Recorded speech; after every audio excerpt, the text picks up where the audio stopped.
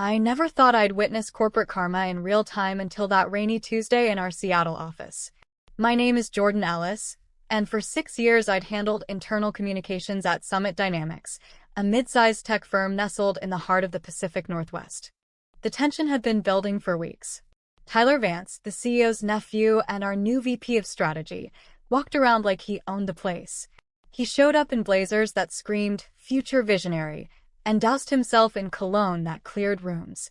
With Pacific Cascade Group's acquisition closing in days, Tyler was on a mission to modernize by any means necessary, which mostly meant sidelining Mike Brooks.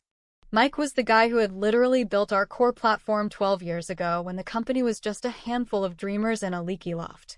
While Tyler chased headlines and buzzwords, Mike had been the quiet anchor, ensuring our systems stayed reliable for critical clients. I'd seen him work late so his daughter wouldn't miss her piano recitals, always putting the team's stability first. Tyler made no secret of his disdain.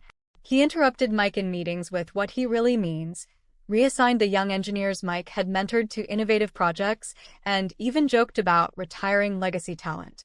Mike never snapped back.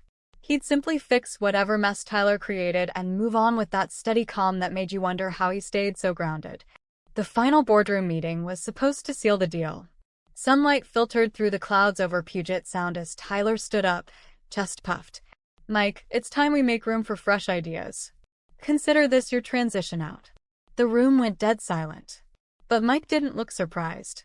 He reached into his folder and slid a single page across the polished table to Elena Ramirez, Pacific Cascade's no-nonsense CEO. According to Clause 4.2 in my 2012 founding architect agreement, Mike said evenly, I retain mandatory advisory rights and approval over any transition involving the core platform I designed.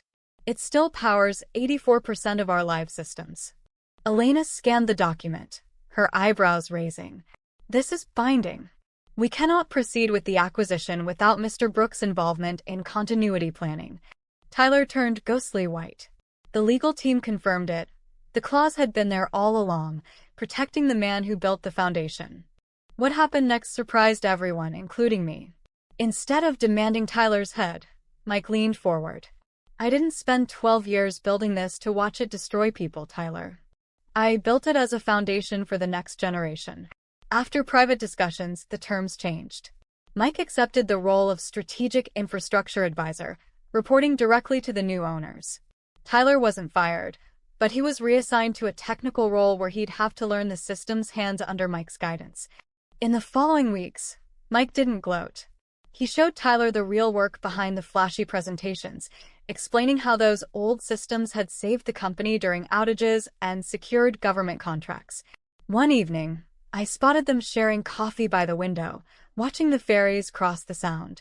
Tyler, humbled, admitted, I thought success was about being the loudest voice. Mike smiled gently. Real success is knowing what to protect and who to lift up.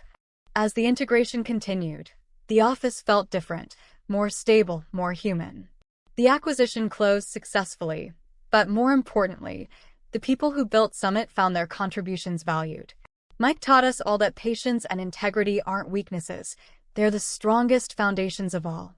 True leadership values people and expertise over ego. Humility wins in the long run.